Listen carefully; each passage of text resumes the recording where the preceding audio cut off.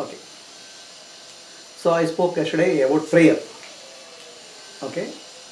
Now all of us pray, but most of our prayers are the dictation to God, telling God what to do, want to do, how to do, as if God doesn't know. Right? Now you try to do that for your kids, they won't listen to you. You try to do it for husband, you won't. Wife, there's no question of that. Nobody listens. So you want to make God listen to whatever you say. That you call as prayer. Right? So prayer is not that. Prayer is a communion. A prayer becomes just communication when you talk to God. Okay? Do you listen to God in prayer? It's a one-way communication. And you never listen what God says. To listen to what God says, you have to become peaceful, silent. So that's meditation. In meditation, there's a two-way communication can happen. Okay. Otherwise, prayer is just one-way communication, telling God what to do, what exactly do. Right? So the prayer is when your mind gets uplifted. So mind becomes peaceful.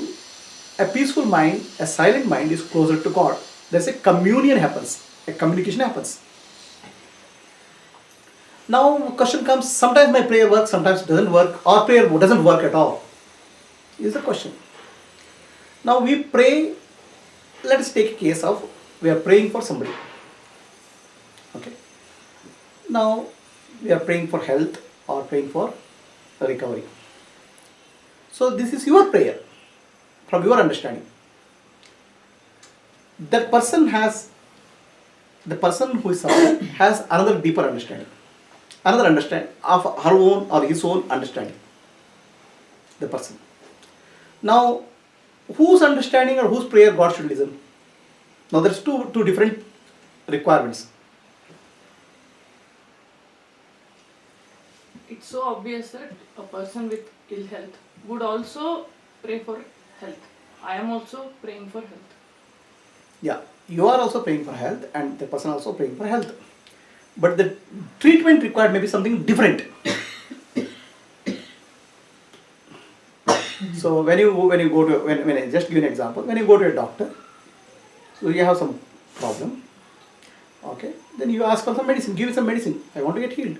Doctor says, no, you have to do operation and cut it. No, don't do operation, just give me medicine. So your diagnosis, your understanding of treatment is different from doctor's understanding. Doctor has a deeper understanding, much better than you.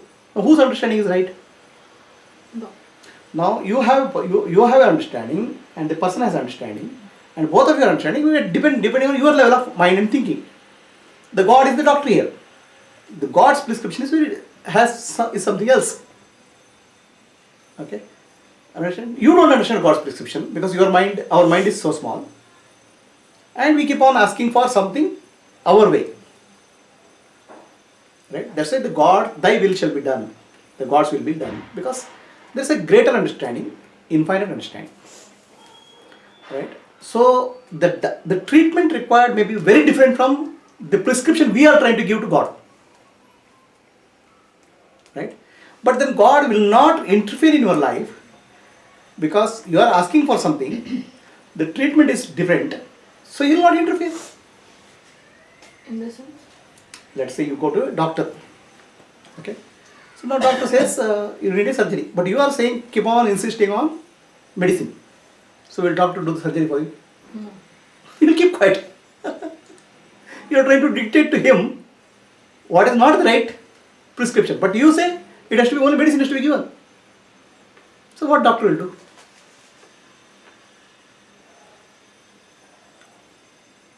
So Will he interfere and force you to do the surgery? No. Why? Because I don't want it. So your will and God's will, there's a difference. Because yours is individual will. God's will is larger and it has a different perspective. So now if you are if your prayer is related to something and the God's prescription for the situation is different, nothing comes out of the prayer. How it will come out?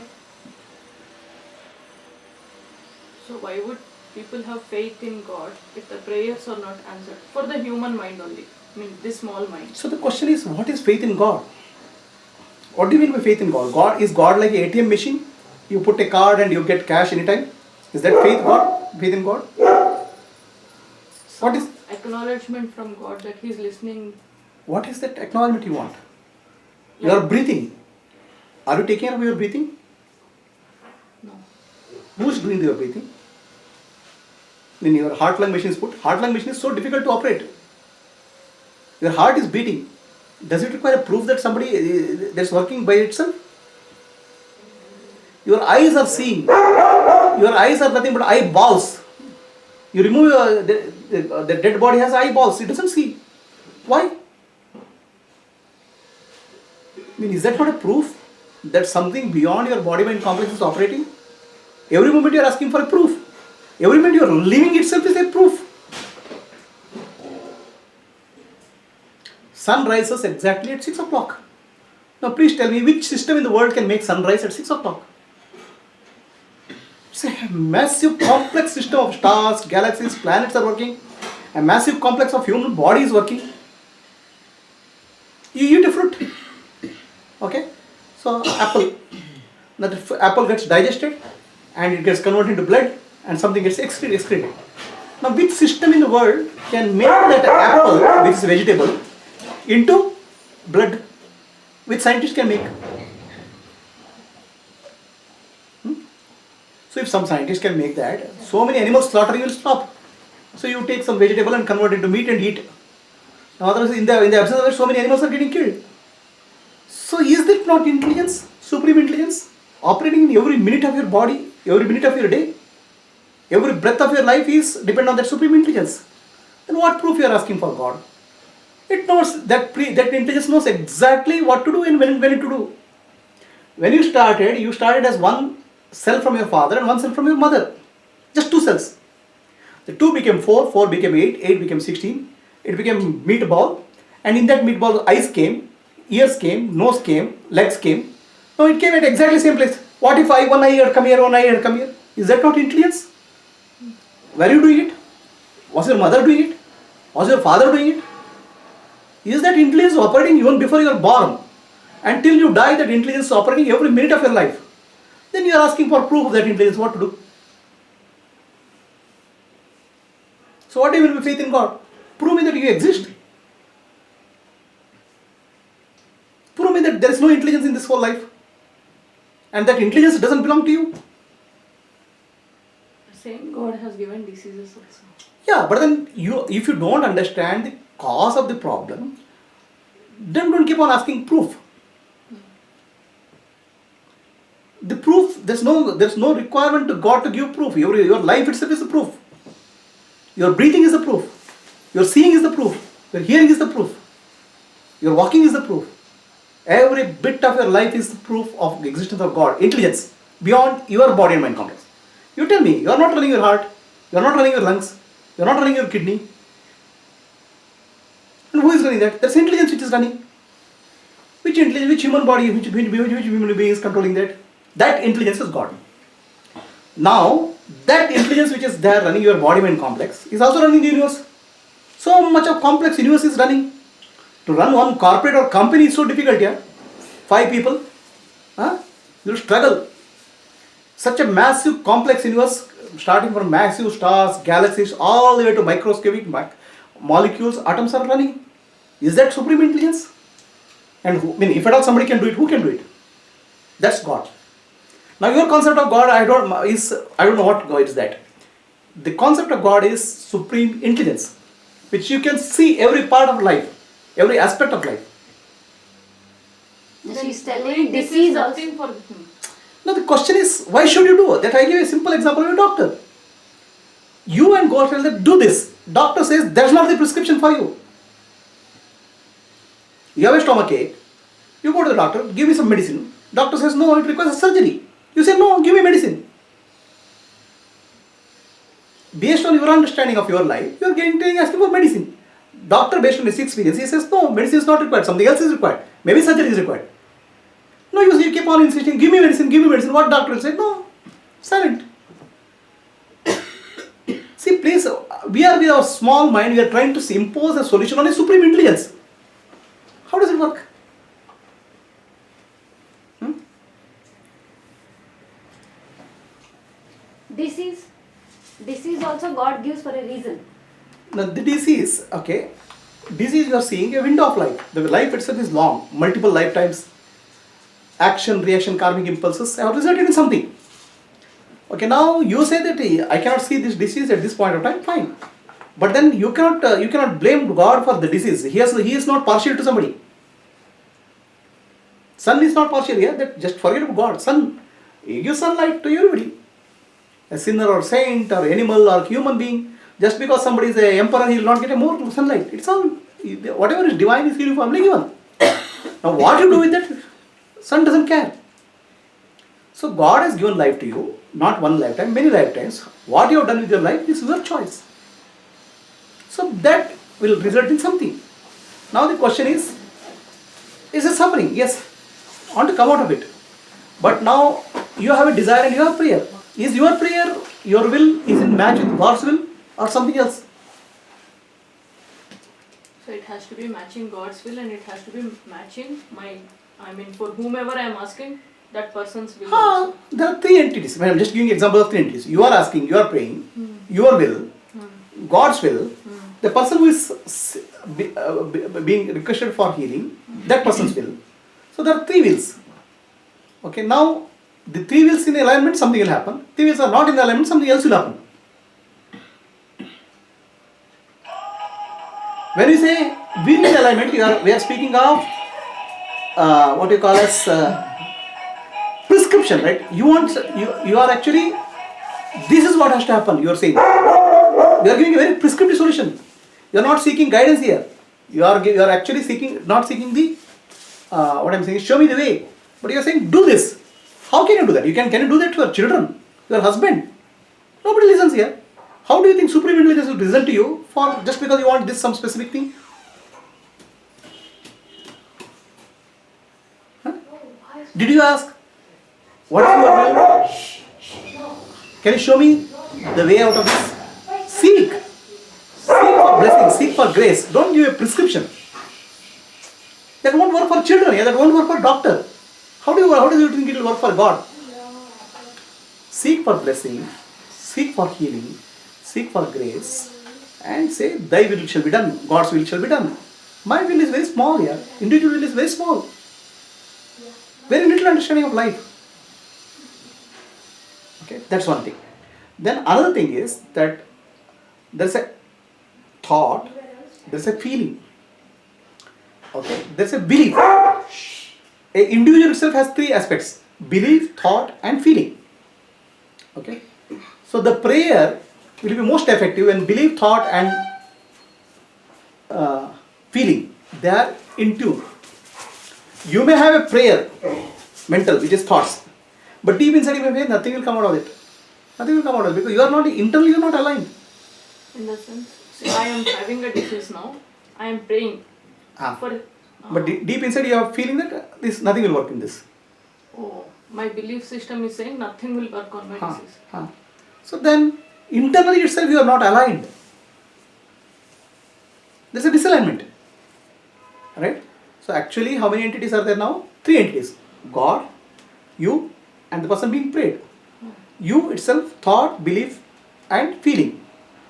The person has thought, belief, and feeling. So now, so many parameters are there. In that parameter, something has to emerge. How it will emerge? Oh, even my belief system is also saying that nothing works on that person. Your belief system also affects now. Oh. The universe, please understand, responds to your deep-rooted beliefs and feelings, not to your thoughts, not to your words. So now, this is a multiple parameters are there. But then you want a specific outcome, your feeling is different, your belief system is different. How does it work in the universe? God responds to your feelings, God responds to your belief system, deep-rooted. So now I have faith in God. I will pray and I have faith that she will be cured. But that person, if her belief system is like, no, nothing, I will not get cured means. Now you are in the position of God, what will you do? There's a conflict. Now let us say you sit in the position of God. You have the ability to grant. So now if there is a clash of belief system of you and another person, so whom should God address? Oh, if her belief system is strong, then Not God. question of strong. Okay. Ultimately, who has to be listened to?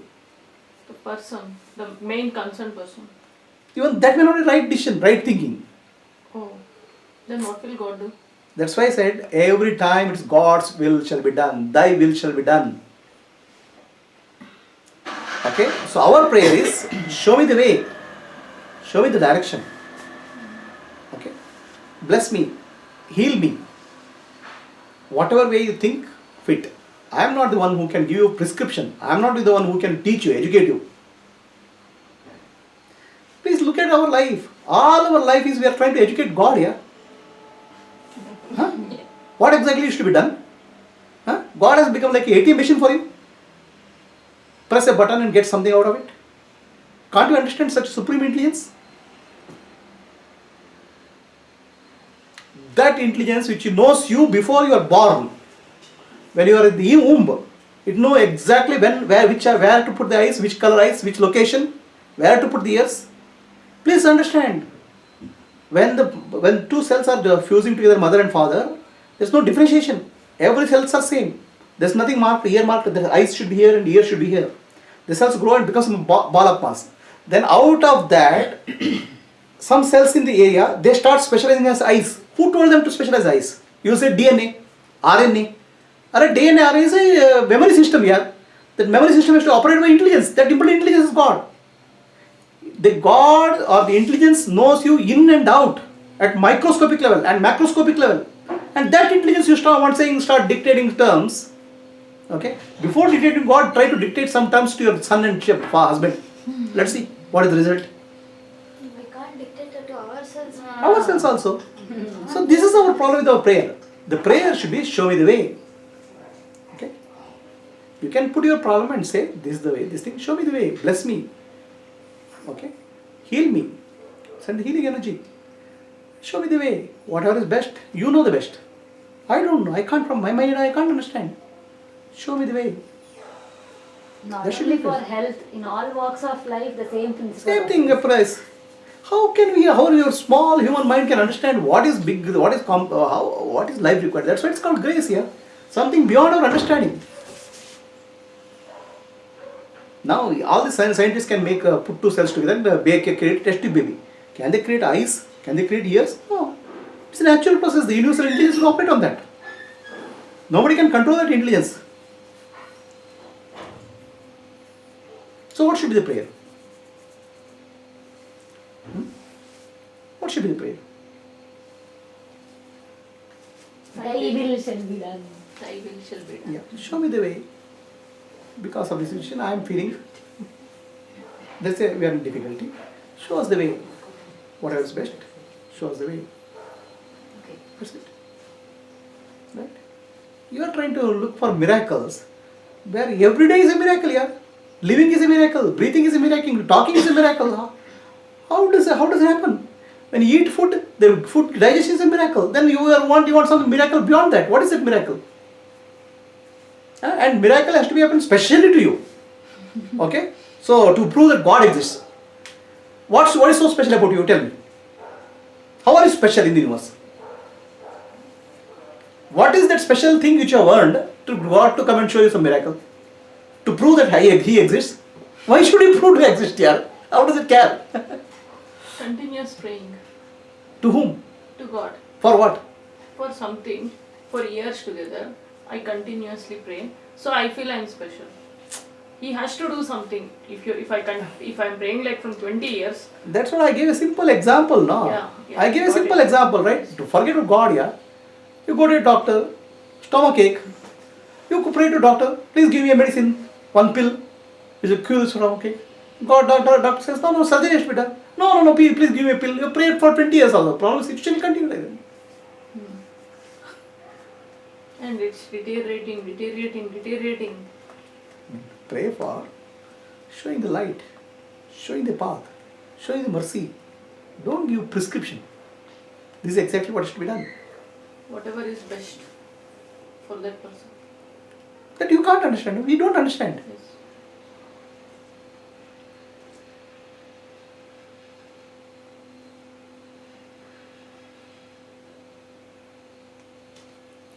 The first prayer I said always is the meditation. In meditation, mind becomes silent. In meditation, you don't have agenda. Okay, meditation is listening to God. Tell me, in whole of your life, have you listened to God? You have spent whole of your life educating God. Huh? You have become like a husband and wife. None of them listen to each other. Everybody knows how to talk. Married for 30 years. Not a single day husband has listened to wife and wife has not listened to husband. Both talk. This is the situation with human beings' prayer to God. You are not listening to God at all. Have you learned in your life to listen to God? Tell me. Be silent and listen to what God says. Are you able to do that?